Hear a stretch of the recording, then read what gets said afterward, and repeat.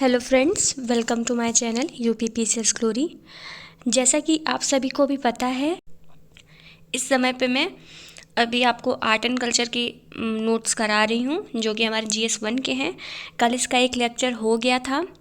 आज हम उसके नेक्स्ट आगे की चीज़ों को देखेंगे इसमें, जो कि हमारे सेकंड लेक्चर में आपको और भी पॉइंट्स मतलब और भी टॉपिक्स के बारे में चीज़ें मिल जाएंगी इसमें। चलिए हम इसमें स्टार्ट करते हैं अभी गुप्त काल से, कि गुप्त काल के जो वास्तुकला है और उसकी जो चित्रकारी है या उसकी जो विशेषताएं थी इन सब चीज़ों की, तो वो गुप्त काल से रिलेटेड अगर क्वेश्चन आएगा तो उसमें क्या क्या पूछा जा सकता है, तो वो सभी मैंने इसमें दिया हुआ है।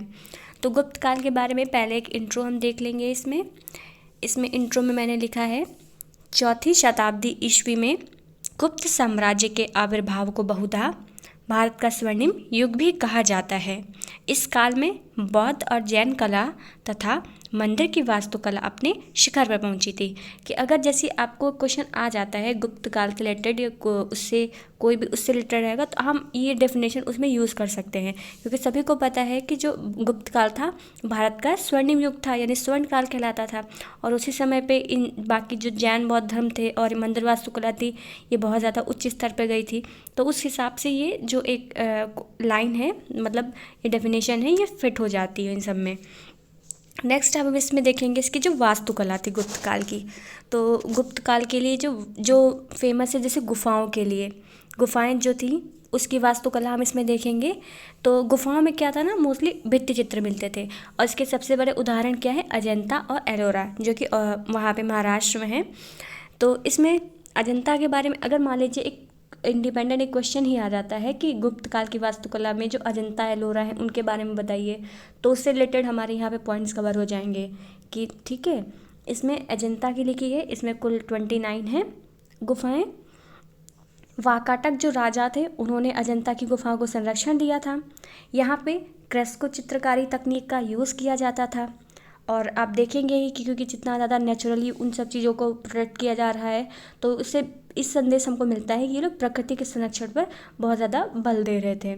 और स्थानीय वनस्पतियों और खनिज से रंग का निर्माण होता था। तो जैसे वो रंग जो बनाते थे अपने, तो ऐसा नहीं है कि कुछ भी रंग मटेरियल मिला दिया, वो ज़्यादातर नेचुरल चीज़ों का यूज़ करते थे। जैसे पत्तों से कलर बना लिया या कैथा से निकल रहा है, तो उसी चीज़ों से कलर करके वो नेचुरल रंग बनाते थे। और ये जो अजंता के जो बुद्ध में जो चित्रकारियाँ हैं वो मोस्टली बौद्धवाद पर आधारित है वहाँ पे। तो उसमें है ना कुछ कुछ गुफाएं हैं जो बौद्ध से बोधिसत्व के प्रमाण मिलते हैं वहाँ पे। ये सब चीज़ें जो बनी हुई हैं, तो इन सब चीज़ों से पता चलता है कि वो लोग बौद्ध धर्म की तरफ उनका झुकाव ज़्यादा था। नेक्स्ट है एलोरा की, इसमें कुल 34 गुफाएँ हैं। और एलोरा गुफा में क्या था, हिंदू बौद्ध और जैन, ये सभी इसमें इन्होंने सभी धर्म के लिए इससे संबंधित गुफाएं थी इसमें। और इसमें जो कथानक थे वो वास्तुशास्त्रीय पद्धति की विविधता इसमें पाई जाती है, क्योंकि जो आप इसमें भित्ति चित्र देखेंगे उसमें एक कहानी के थ्रू मिल जाता था। जैसे जातक कथाओं पे उसमें बने होते थे चित्र, जैसे पता लग रहा था कि कुछ कहानियाँ इनसे बता रहे हैं, तो उसमें डाइवर्सिटी होती थी काफ़ी। यहाँ पे कैलाश का एक शिव मंदिर भी है, जिसको शायद कृष्ण प्रथम ने बनवाया था, वो मैंने इसमें लिखा नहीं है। और इसके कुछ और भी एग्जाम्पल यहाँ पे दे दिए गए हैं, जैसे दशावतार मंदिर, रामेश्वर मंदिर और धूमर लेन। ये भी जैसे कि इसमें उदाहरण के तौर पर लिख दिए कि ये भी गुप्त काल की वास्तुकला से संबंधित हैं।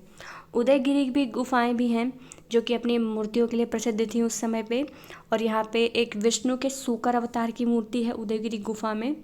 और यहाँ पे और भी जो गुफाएं समर्पित थीं वो शिव को थी, नरसिंह को थी, नारायण को थी और स्कंद को। तो उदयगिरी की गुफाओं में हमको ये सभी चीज़ें मिलती हैं कि वो किससे संबंधित थी और वो किस चीज़ के लिए ज़्यादातर प्रसिद्ध थी। ठीक है, अब मोस्ट इम्पॉर्टेंट जो सबसे ज़्यादा इंपॉर्टेंट टॉपिक है अगर गुप्त काल से आएगा तो वो मंदिर के लिए आएगा, क्योंकि मंदिर वास्तुकला जो थी उस समय पे सबसे अपनी सर्वोच्च शिखर पे थी। जैसे नागर शैली, वैसर शैली जो उस समय पे थी, इन सभी चीज़ों का आविर्भाव जो सबसे ज़्यादा था गुप्त काल से ही शुरू हुआ है। तो अगर इस क्वेश्चन बनेगा तो सबसे ज़्यादा इसका मंदिर से ही रिलेटेड आएगा। तो इसमें हम देखेंगे गुप्त वास्तुकला जो कि मंदिर से रिलेटेड है। उसके लिए अगर हमें डेफिनेशन लिखनी रहेगी तो हम उसमें क्या लिखेंगे, इसमें वर्गाकार गर्भगृह और खंभों से युक्त द्वार मंडप के विकास के साथ गुप्त काल में मंदिरों की वास्तुकला का आविर्भाव हुआ। तो इसमें नया क्या था, कि जो गर्भगृह बनने लगे थे वो वर्ग के आकार में थे, और यहाँ पे खंभों से मुक्त द्वार मंडप था, यानी कि द्वार मंडप जो बनता था उसमें खंभे नहीं एकदम से लगा देते थे। तो ये एक नया इन्वेंशन था गुप्त काल का, जो कि मंदिरों को बाकी के मंदिरों से उनको अलग डिफाइन कर रहा था। तो उसमें ये बताया गया है कि यही गुप्त काल के मंदिरों की वास्तुकला का यहाँ से एक नया स्टार्टिंग की चीज़ें दिखती हैं कि जो पहले से उनको अलग कर रही हैं। इसकी विशेषताएं, क्योंकि विशेषताएं जरूर ही पूछी जाएंगी कि अगर मंदिर से पूछेगा कि ऐसी क्या थी कि चीज़ें जो चीज़ों से विशेष बनाती है उसे, तो इसकी विशेषताओं के बारे में यहाँ पे है। गुप्त काल के जो मंदिर थे उनकी विशेषता ये थी कि उनकी जो छत वो एकदम सपाट होती थी, वर्ग के आकार की होती थी, इनके स्तंभ उथले होते थे और कम ऊंचाई के मंच बनाए जाते थे, जिसका उदाहरण है सांची में निर्मित मंदिर। यानी कि जो मंदिर बनते थे वो बहुत ज़्यादा ऊंचाई पर नहीं होते थे, और छत भी उनकी सपाट रहती थी, वर्ग के आकार की रहती थी। ठीक है, नेक्स्ट है जो वेदी होती थी अधिक ऊंची होती थी और उसको उभार प्रदान करती थी। गर्भगृह के चारों तरफ एक ढका हुआ मार्ग था। ठीक है, और इसके लिए उदाहरण एक दे दिया गया है यहाँ पे नचनाकुठान पार्वती मंदिर। और जो शिखर का उद्भव होता था और जो मंदिर बनते थे वो पंचायतन शैली में होते थे। पंचायतन शैली में ये होता है कि चार ऐसे नॉर्मल इधर साइड होते हैं, बीच में एक मुख्य मंदिर होता है, उसको पंचायतन शैली बोला जाता है। इसका उदाहरण है देवगढ़ का दशावतार मंदिर। तो इन सभी की विशेषताएं हैं जो गुप्त काल के मंदिर थे, उसी से रिलेटेड हैं ये इसमें पॉइंट्स। और मंदिर की वास्तुकला को भी हम देख लेंगे यहाँ पे, जो मोस्ट सबसे ज़्यादा पूछी जाती है। तो जैसे जो तीनों शैलियाँ होती हैं उसको मैंने यहाँ पे एक डायग्राम के थ्रू बता दिया है, क्योंकि ये बनाना बहुत ज़रूरी है। ये काफ़ी स्कोर भी कराता है और ये एक प्रोडक्टिव भी बनाता है हमारे आंसर को। तो इसमें मैप के थ्रू मैंने दिखा दिया कि अगर नॉर्थ साइड के देखे जाएंगे तो जैसे हमारे अपने यहाँ पे नागा शैली के मंदिर बनते हैं, साउथ इंडिया में द्रविड़ शैली के बनते हैं, और जो वेसर शैली होती है वो मिक्सअप होती है नागर का और द्रविड़ का, तो वो बीच के एरिया में रहता है। तो मंदिर वास्तुकला की कुछ शैलियाँ हैं जैसे कि वेसर, नायक, द्रविड़, नागर, पाल और सेन, विजयनगर और होयसल, क्योंकि साउथ इंडिया में भी कुछ अलग अलग चल रही थी, तो इसमें और भी चीज़ें दी गई हैं। हमारे लिए मोस्ट इम्पॉर्टेंट तीन हैं, नागर, वेसर और द्रविड़, तो हम उसके बारे में देखेंगे यहाँ पे हम अब नागर शैली की विशेषताओं के बारे में देखेंगे कि उनकी विशेषताएं क्या थी। अगर क्वेश्चन बन जाता है कि तीनों जो शैलियाँ हैं इसको मंदिरों की शैली उनके में डिफरेंस बताइए, या फिर किसी एक ही शैली को लेके पूछ दिया कि क्वेश्चन कि उसके क्यों प्रसिद्ध थी, तो हमारे पास इन सब चीज़ों के पॉइंट्स मिल जाएंगे। ठीक है, तो सबसे पहली विशेषता कि ये भारत के उत्तरी भाग में है। जैसे कि हम अपने नॉर्थ इंडिया में देखेंगे तो वहाँ के जो मंदिर हैं वो नागर शैली के बने हुए हैं। पंचायतन शैली जो मैंने बताया 5 शैली होते हैं, और मुख्य मंदिर जो होता है जो बीच वाला होता है, बाकी जो मंदिर होते हैं गौड़ होते हैं, मतलब कि जो मेन वाला बीच का है उसको मेन माना जाता है, बाकी के जो चारों तरफ हैं वो टेम्परेरी ऐसे माने जाते हैं। इन शैली में क्या होता है, यहाँ पे सभाकक्ष बनाए जाते हैं जिसको मंडप भी कहा जाता है। गर्भगृह जो होता है वो गर्भगृह के बाहर क्या बनता है, इसमें प्रदक्षिणा पथ होता है। जैसे अपने यहाँ के मंदिर देखेंगे तो बीच में मुख्य गर्भगृह में भगवान जी की मूर्ति होती है, बाद में चारों तरफ परिक्रमा करने के लिए सब बना हुआ होता है, और गंगा और यमुना की प्रतिमाएं स्थापित की जाती हैं, और जलाशय नहीं होता है। जैसे हमारे यहाँ पे मंदिर में ऐसा नहीं है कि वहाँ पे जलाशय बनाया होगा, लेकिन साउथ इंडिया के मंदिर देखेंगे कि वहाँ पे एक जलाशय ज़रूर होता है। और इसमें यह है कि यहाँ पे स्तंभ का प्रयोग किया गया है। तो अपने यहाँ के मंदिर हम देखेंगे इसमें स्तंभ होते हैं और वेदी पर निर्मित होता है, क्योंकि मंदिर नॉर्मल ज़मीन पे नहीं होता। देखेंगे आप ज़मीन से थोड़ा सा उठ के चबूतरे पे थोड़ा सा बनाया जाता है मंदिर को। और जो शिखर होता है यानी कि एकदम टॉप जो मंदिर का होता है यहाँ पे, इसको क्या रेखा प्रसाद और फमसाना इन सभी पद्धतियों में इसको बनाया जाता था। और उसी पे एक आमलक होता है, जैसे आप इसको देखेंगे तो ऐसे छोटा सा कलश जैसा बना होगा या कुछ भी ऐसे करके मंदिर के टॉप पे एकदम छोटी चीज़ें बनी हुई होती हैं। ठीक है, ये उसको आमलक बताया जाता है। और 4 दीवारी से घेरा नहीं जाता है, और प्रवेश द्वार भी इसमें नहीं होता है। तो ऐसा तो है नहीं कि मंदिर गए तो मंदिर के लिए पहले गेट खोला जाएगा फिर अंदर से जाएंगे। जैसे साउथ इंडिया के मंदिर आप देखेंगे तो तोरण द्वार आता है, फिर अलग से मंदिर आएगा, तो वैसा अपने यहाँ के वेसर के मंदिरों में नहीं होता है। तो ये इसकी विशेषताएं हैं वेसर शैली की। आप इसके मंदिर को यहाँ पे देख लेंगे, एक ऐसा डायग्राम बनाया हुआ है, साइड में मैंने चित्र लिख भी दिया है यहाँ पे कि आधारभूत नागर वास्तुकला से है। और उदाहरण दिया गया है कोणार्क का जो कंदरिया महादेव मंदिर है, और जैसे कोणार्क का मंदिर हो गया, कोणार्क का सूर्य मंदिर, कंदरिया महादेव का मंदिर, और गुजरात में एक मोढेरा का सूर्य मंदिर। तो ये सब इसी शैली पर बने हुए हैं। तो इसमें क्या है, ये वैदिक तरीके से है। ये इसमें प्रदक्षिणा पथ बना हुआ है यहाँ पे, और ये थोड़ा सा चबूतरा है। बीच में जो एकदम अंदर रखा हुआ होता है गर्भगृह में, वहाँ पे मेन मूर्ति होती है। ये ऊपर शिखर है और यहीं पे स्तंभाकार दरवाजे हैं। ये सभी इसके हैं। और जब भी आप बनाइए लिखिएगा आंसर, तो ये सब छोटी छोटी चीज़ें ज़रूर बनाइएगा उसमें। नेक्स्ट है इसमें द्रविड़ शैली। द्रविड़ शैली इस ये चोल वास्तुकला से को भी इसमें आ जाता है। तो अभी वैसे पढ़ी, और ये हमारी द्रविड़ शैली है। इसकी विशेषताएं देख लेंगे। तो सबसे पहली बात है, चार दीवारी से घिरे होंगे। आप कोई भी गूगल पे फोटो करिएगा, कोई भी साउथ इंडिया का मंदिर, जैसे होयसल का मंदिर हो गया, महाबलीपुरम का, तंजेश्वर का, ये मंदिर आप देखिएगा तो किस तरीके से बने। मीनाक्षी मंदिर है, आप देख लीजिए। साउथ इंडिया तमिलनाडु के जितने भी हैं, तो उसमें आप देखेंगे कि पहले तोरणद्वार से पूरा घिरे हुए होते हैं, फिर मंदिर बहुत अंदर से होता है। तो और चार दीवारी होती है उनके आगे पीछे, ठीक है। और गोपुरम बने होते हैं। तो आप उनका जो मंदिर देखेंगे कितनी ज़्यादा उस पर कलाकारी की है, और कितने ऊंचे ऊंचे मंदिर होते हैं। मुझे तो बहुत पसंद है साउथ इंडिया के मंदिर देखना। और मेरी तो खुद की भी तमन्ना है कि एक बार मैं मीनाक्षी मंदिर होके आऊँ, क्योंकि मेरा भी नाम मीनाक्षी है। तो मतलब वो बचपन से एक तमन्ना है कि एक बार मैं उस मंदिर ज़रूर जाऊँ। तो आप इसको देखिएगा। और ठीक है। और पंचायतन शैली उसमें भी होती है कि चार छोटे छोटे नॉर्मल मंदिर हो जाएंगे और एक मेन मंदिर हो जाता है वहाँ पे, ठीक है। और पिरामिड नुमा शिखर जो होता है वो घुमावदार नहीं होता है, बल्कि सीधा होता है। अच्छा, आप अपने यहाँ के मंदिर देखेंगे तो उसमें ऐसे बना दिया जाएगा कुछ ना कुछ डिजाइन ऐसे करके, कुछ वो करके। लेकिन जो साउथ इंडिया के मंदिर होंगे सीधे एकदम गए विमान की तरह, ऐसे ही उनके रहेंगे एक शेप में, ठीक है। पिरामिड नुमा शिखर होता है जो घुमावदार नहीं होता है, ठीक। उनका शिखर घुमावदार नहीं होगा। विमान शीर्ष पर अष्टकोणी आकार का शिखर होगा, ठीक है। जो इनका शिखर होगा ऊपर, वो अष्टकोण में एक बनाया गया होगा वहाँ पे, ठीक। और जो केवल जो मुख्य मंदिर होता है उसी के शीर्ष पर विमान होगा, ठीक। जो मेन, जैसे पंचायतन शैली में मैंने बताया ना, बीच वाला जो मंदिर जो मेन होगा उसी के ऊपर विमान होगा। बाकी जो चार मंदिर हैं उस पर विमान नहीं बनाया जाता है ऊपर, ठीक। सभा हाल होता है। और जो गर्भगृह होते हैं वो गलियारों के द्वारा जुड़े हुए होते हैं, ठीक है। अपने यहाँ पे गलियारे जैसे नहीं बनाए जाते हैं, लेकिन साउथ इंडिया में देखेंगे जैसे गोपुरम से आप एंटर करेंगे जब मंदिर में, ठीक, अंदर एंटर करेंगे, फिर एक गलियारा एकदम गैलरी टाइप आ जाएगा चौड़ा सा, उससे आप होके बहुत अंदर तक जाएंगे, तब कहीं जाके अंदर पे मंदिर आता है। तो ये वहाँ की विशेषताएँ हैं, ठीक। और यहाँ पे जलाशय होता है, अपने यहाँ पे वेसरशैली में नहीं होता है, ठीक। और प्रवेश द्वार पर द्वारपाल, मिथुन और यम की मूर्तियाँ होती हैं। तो आप कोई भी साउथ इंडिया का मंदिर देखेंगे तो जो गोपुरम बने होते हैं, सबसे पहले जो गेट होते हैं एक तरीके से, उस पर एकदम दानव देवता जैसे एकदम मतलब बना रखे होते हैं, उस पर ये सब बने हुए होते हैं। तो एक तरीके से उनके रक्षक माने जाते हैं। तो ये सब चीज़ें उसकी हैं। इसके कुछ उदाहरण हम जैसे देख लेंगे, जैसे कि बृहदेश्वर का मंदिर जो तंजौर में है, और गंगाई कोंडचोलपुरम मंदिर, ठीक है। ये सब इसके उदाहरण हैं। आप लोग क्या करिएगा, एक गूगल फोटो करके भी उन मंदिरों को जरूर देख लीजिएगा, ठीक है। और ये एक इसका पैराग्राफ इसमें बना दिया, एक डायग्राम द्रविड़ शैली का, जिसमें जलाशय बना दिया, गर्भगृह बीच में हो गया, और गर्भगृह के ऊपर ही विमान मैंने दिखाया है कि जो मेन मंदिर होगा उस पर विमान है, बाकी के जो चार ये मंदिर हैं इस पर विमान नहीं बनाया हुआ है, ठीक। और इन जो छोटे छोटे मंदिर होते हैं बाकी के चार, इनको उप मंदिर भी कहा जाता है। गोपुरम यानी कि जो सबसे पहले पड़ता है गेट का हमारा, ठीक है। अंतराल जो मैंने बताया था ना, बीच में गलियारे जैसे होते हैं, तब आप मंदिर में पहुंचेंगे।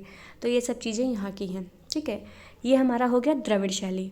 नेक्स्ट है हमारा वैसर शैली। ये बहुत ज़्यादा इसमें नहीं है, बट फिर भी हम इसको पढ़ लेंगे, क्योंकि अगर डिफ्रेंशिएट तीनों में करने के लिए आ गया तो कम से कम हमारे पास कुछ पॉइंट्स तो रहेंगे।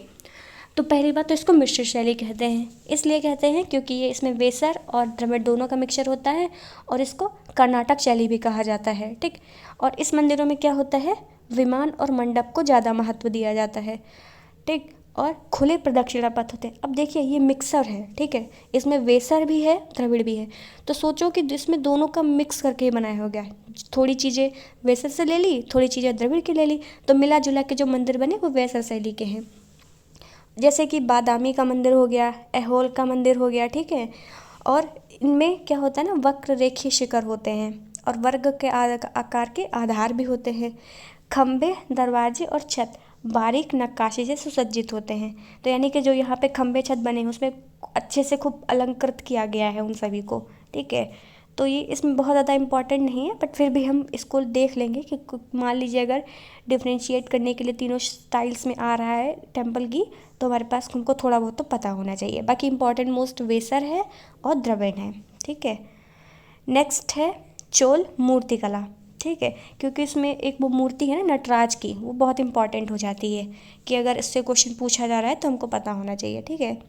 चोल मूर्तिकला, इसके महत्वपूर्ण उदाहरण क्या है, नटराज की जो मूर्ति है, तो आपने एक देखी भी होगी नटराज की जो मूर्ति है जिसमें शिव जी तांडव करते हुए दिखाए गए हैं।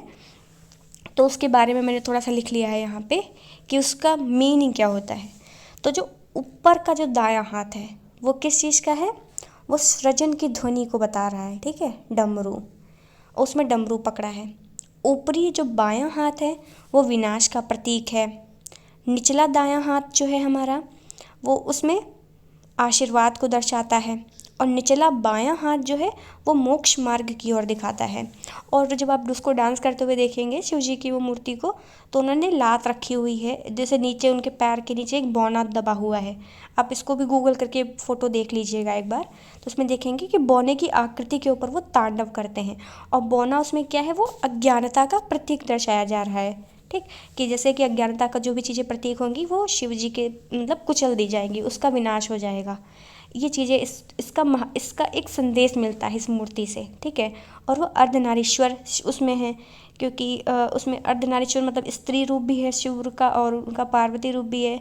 आई थिंक प्रीलिम्स में ये क्वेश्चन में पूछा गया है कि एक बार कि जो नटराज की शिव मूर्ति है वो किसका संदेश देती है, तो उसमें ऑप्शन में शायद शिक्षक था, तो उससे भी शिक्षा या दर्शन से ऐसे कुछ था कि उससे हमें ये सीख मिलती है, तो ये उसी को दिखाया गया है इसमें, ठीक है।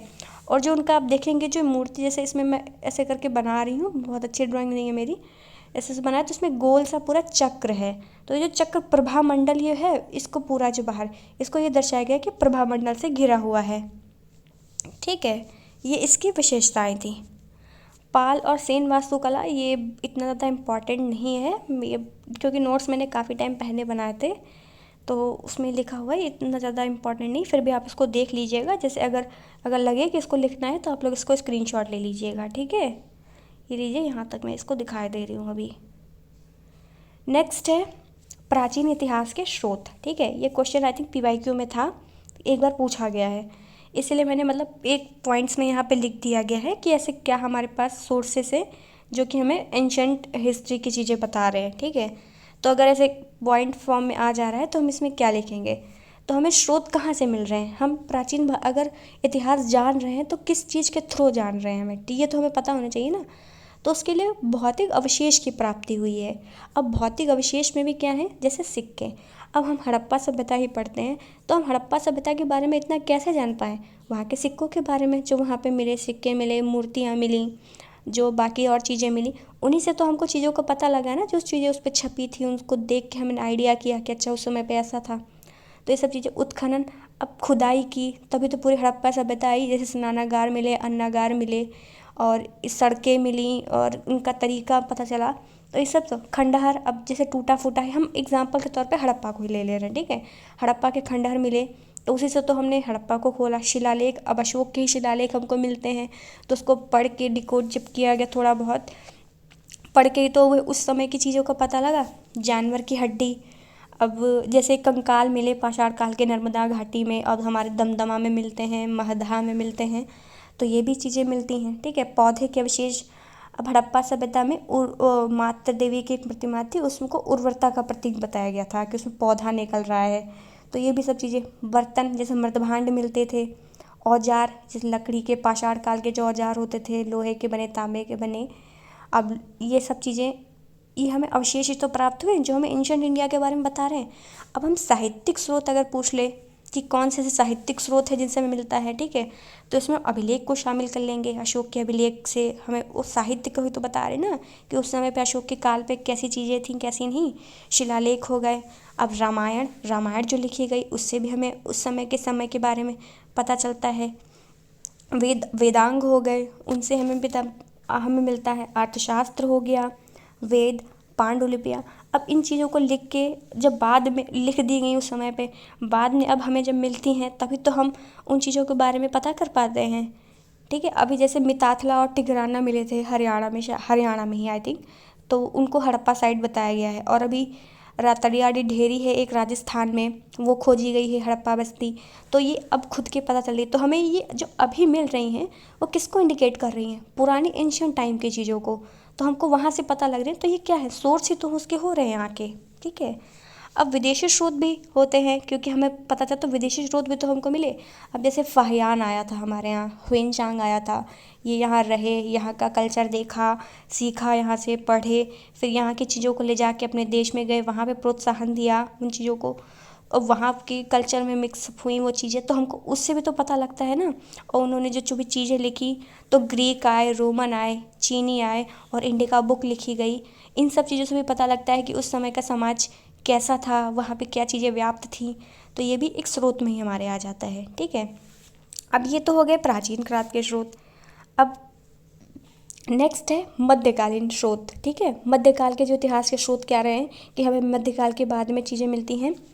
तो इसके साक्ष्य, क्योंकि मध्यकाल के जैसे एंशियंट टाइम के थे बहुत ज़्यादा, तो उनकी लिपि ऐसी थी कि जो पढ़ नहीं जा सकी, और अस्त व्यस्त भी चीज़ें बहुत ज़्यादा हो गई, तो उसके बारे में इतना नहीं। लेकिन मध्यकाल में क्या था कि उसके साक्ष्य भी रहे, प्रमाण बहुत ज़्यादा मिलते हैं, तो वो बहुत अच्छे से सबको पता है, ठीक है।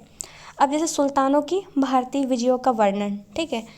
अब जैसे दिल्ली सल्तनत ही ले रहे हैं हम, अलाउद्दीन खिलजी गए कहीं पे, लड़ा, कुछ भी किया, तो अपनी विजय के उपलक्ष्य में कुछ ना कुछ बनवा दिया। अब जैसे फतेहपुर सीकरी का ही अभी क्वेश्चन आया था कि अकबर ने फतेहपुर सीकरी क्यों बनवाया था, किस चीज़ के उपलक्ष्य में बनवाया था। ये सब चीज़ें मिलती हैं ना, कि जैसे आगरा का किला बना तो क्यों मिला, जैसे प्रयाग चलो एंशियंट का हो गया, अभी के टाइम में लाल किला है, मस्जिद है, जामा मस्जिद है, तो हमको ये अभी पता चल रही है, तो है तो मेडिवल के काल की, ये बनाई तब गई थी, लेकिन उनके साक्ष्य तब के हैं, आज भी हमको प्राप्त होते हैं, ठीक है। विदेशी यात्रियों के वृत्तांत, जैसे अलबरूनी हो गया, ठीक है, रहला, ये बुक मिली लिखी गई, और ये नूनीज़ आए थे, और विलियम हॉकिंस तो चलो एंशेंट के उसमें सॉरी मेडिवल में आ जाएंगे, लेकिन उस समय पे जो भी आ रहे हैं, जैसे अमीर खुसरो हो गए, निज़ामुद्दीन औलिया हो गए, इनकी जो भी कृतियाँ रहीं उनको पढ़ी गई बाद में, तो उनसे भी हमको ये सब चीज़ों का नॉलेज होता रहा, ठीक है। सुल्तानों की आत्मकथा, जैसे तुजुके बाबरी हो गया, बाबर की आत्मकथा हो गई, आईने अकबरी लिखा गया, और बहुत सारी चीज़ें जैसे हो गई, तो ये सब जो लिखे गए ये भी तो स्रोत में ही हो गए ना, ठीक है। विजय स्मारक हो गए, विजय स्तंभ जो भी बताया, फतेहपुर सीकरी का बताया मैंने, और अकबर के इतने सारे उपलब्धियाँ थी, मतलब जो भी जीतते थे कुछ ना कुछ तो उसमें बनाते थे। ऐतिहासिक स्रोत जैसे बुक हो गई किताबुल हिल, चचनामा, ताजुल माजिर, ठीक है। तो ये भी सब मिडिवल के स्रोत हैं, ठीक है। अब यहाँ पे मध्यकालीन भारत की वास्तुकला, क्योंकि हमने एंशियंट की पहले पढ़ ली, मौर्य काल की पढ़ ली, गुप्त काल की पढ़ ली, ठीक है। दो मेन पोर्शन थे हड़प्पा के थे, वो तीनों हमने पढ़ लिया है। अब जो मेन पोर्ट उनका था वो कंप्लीट हो गया है। अब हमारे पास आ जाएगी मध्यकालीन भारत की वास्तुकला, ठीक है। इसके लिए एक डेफिनेशन हम क्या लिखेंगे कि 712 ईस्वी में सिंध पर जब अरब विजय के साथ ही भारत की पश्चिमी सीमाओं पर मुसलमान शासकों का आरंभ हुआ था। यहाँ से भारतीय इतिहास के मध्यकाल के आरंभ का श्री गणेश हुआ, ठीक है। इसमें ये बताया जा रहा है, ये देखो 712 में क्या हुआ था, सिंध पर, जो सिंध पे उस समय दाहिर था, तो उस पर आक्रमण किसने किया था, कासिम ने, ठीक है। तो ये सबसे पहला आक्रमण कासिम का ही था। इसने 712 में जब सिंध पर आक्रमण किया, और वो कहाँ का था, अरब का था, ठीक है। तो अरब की कासिम ने सिंध पर जब आक्रमण किया, तो उसी से हमारे यहाँ क्या हुआ कि पश्चिमी सीमा जो थी हमारे भारत की, मुस्लिम शासनों का आगमन हमारे यहाँ पे प्रारंभ माना जा गया है, ठीक है। और यहीं से क्या हुआ, भारतीय इतिहास में मध्यकाल के आरंभ का श्री गणेश माना गया, कि तभी से मानते हैं कि हमारे यहाँ भी मुस्लिम सत्ता स्थापित होने लगी थी। तो इनिशियल स्टेज हम वहीं पर मानते हैं, ठीक है। नेक्स्ट इसमें इंडो इस्लामिक वास्तुकला, ठीक है। अब उस समय पे जब आए इस्लामिक लोग, हमारे इंडिया के कल्चर से मिक्सअप हुए, तो इसको नाम दिया गया इंडो इस्लामिक, ठीक है। तो इसके बारे में हम यहाँ पे अभी पढ़ेंगे इंडो इस्लामिक वास्तुकला में, ठीक है। इसका है डेफिनेशन, एक स्थानीय वास्तुकारों ने फारसी शैली के साथ मिश्रित होकर इंडो इस्लामिक वास्तुकला या भारतीय अरबी वास्तुकला को जन्म दिया, ठीक है।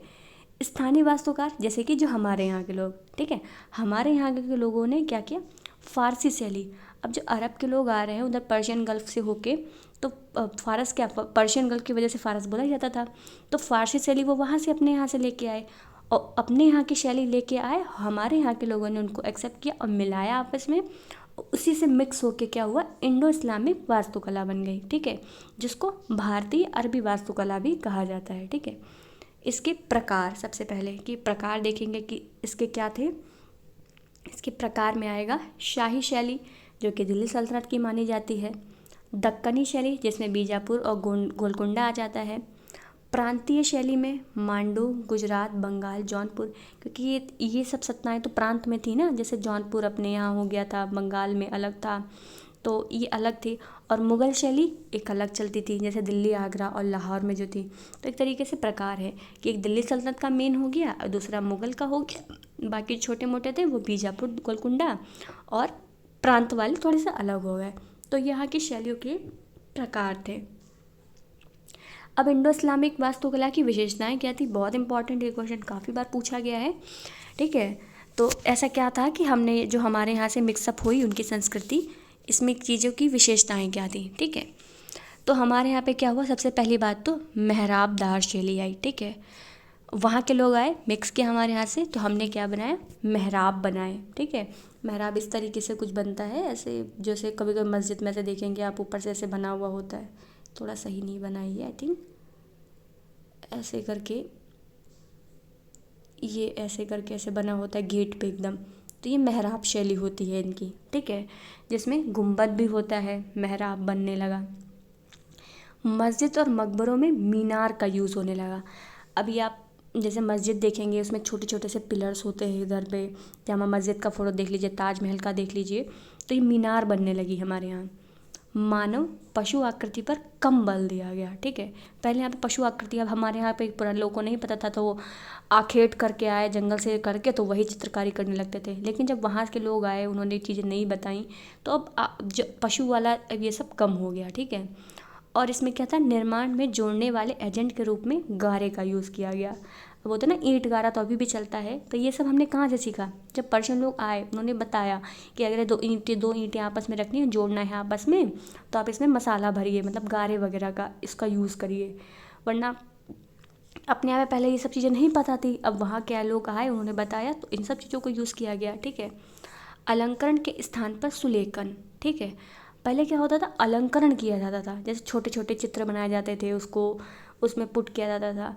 अब उसकी जगह पे क्या किया, अलंकरण की जगह पे आ गया सुलेखन। ठीक है, अगर आप ताजमहल को देखेंगे, या उसमें जैसे पित्तर ध्युरा यूज़ किया गया है, एकदम फूल बनाए जाते हैं, कलियाँ, फूल कलियाँ, ये सब पत्तियाँ एकदम, और अलंकरण में छोटी छोटी जालीदार एकदम बहुत नक्काशी उसमें की जाती है, बहुत महीन। तो ये सब चीज़ें नई ऐड की गई। सजावटी पैटर्न में समरूपता की भावना लाई गई। ठीक है, ज्यामितीय सिद्धांत को अपनाया गया। इसका मतलब यहाँ पे ये बन रहा है कि जो भी चीज़ें बनती थी, तो उसको पहले एक स्ट्रक्चर, एक ग्राफ के तौर पे बना लिया जाता था। जैसे होता है ना, अभी हम लोग कुछ बनाते हैं तो पहले मैपिंग ड्रॉ कर लेते हैं, या उसका एक छोटा मोटा ड्रॉ कर लेंगे कि हाँ हम इसको ऐसे से यूज़ करेंगे, तो एक पैटर्न डिज़ाइन कर लिया जाता था। तो ये सब चीज़ें उस समय पर सीखी गई। नेक्स्ट है भवनों में जाली का जटिलकार। ठीक है, अब ताजमहल की कभी आप जालियाँ देखिएगा, तो इतनी ऐसा उसमें मतलब काम किया गया है, तो उससे पता लगता है कि कैसा काम उसमें किया जाता था उस समय पे, कि कितना कठिन था वो, देखने में ही लगता है। आज के ज़माने पे तो इतनी टेक्नोलॉजी है सब, तो उस समय पे तो इतनी नहीं थी ना, तब तो सारा काम हाथ से ही किया जाता था। तभी तो देखो ना, सारे सबके हाथ कटवा देते हैं, जाने कि ऐसा काम मतलब हाथ से कौन कैसे कर सकता है। तो आप उसको एक बार फ़ोटो करके गूगल करके फ़ोटो ज़रूर देखिएगा। ठीक है, आंगन में फव्वारे और नाली रूप में पानी का यूज़। अब कभी भी मस्जिद वगैरह का देखिएगा, मस्जिद वगैरह में क्या होता है ना, फव्वारे अंदर एक लगा हुआ होता है। मैंने तो जामा मस्जिद एक बार गई हूँ, तो मैंने देखा है उसमें कि बीच में थोड़ा सा पानी का बना होता है, उसमें फव्वारा भी लगा था और छोटी छोटी नालियाँ भी बनी हुई थी। ठीक, पित्रा ड्यूरा जो मैंने बताया था ना, उसमें बहुत बहुत सुंदर ही पित्रा ड्यूरा का आर्किटेक्चर होता है। वो एकदम दीवालों पे जैसे और फर्श पे एकदम बनाया होता है, फूल होते हैं अंदर से एकदम पत्थर के अंदर। ठीक है, और बागों की चार बाग शैली, क्योंकि जहाँ भी इनकी मस्जिद या कुछ भी होंगे, बाग जरूर होंगे। और लखनऊ में तो चार बाग पूरा स्टेशन ही है, तो वहाँ पे चार बाग, ये जो ये आया, ये कहाँ से आया, उसी समय इंडो इस्लामिक मेडिवल से ही ये सब आया है। ठीक है, नेक्स्ट है हमारा दिल्ली सल्तनत, क्योंकि ये तो इंडो इस्लामिक की हमारी जितनी विशेषताएं थी हमने एकदम पढ़ ली। लेकिन अगर क्वेश्चन एक पूछ लिया जाता है दिल्ली सल्तनत से रिलेटेड, तो हमारे पास कुछ जैसे पॉइंट होने चाहिए कि मतलब ऐसा उसमें क्या क्या बना हुआ था। ये प्रिलिम्स के बेस पे भी है, जैसे होगा ना, हम अगर लिखते हैं तो उदाहरण के तौर पर भी अगर इनको हम डाल देंगे तो ये अच्छे ही हैं हमारे लिए, ठीक है। जैसे गुलाम वंश में क्या किया गया, गुलाम वंश में नया क्या बना, एक मिनट,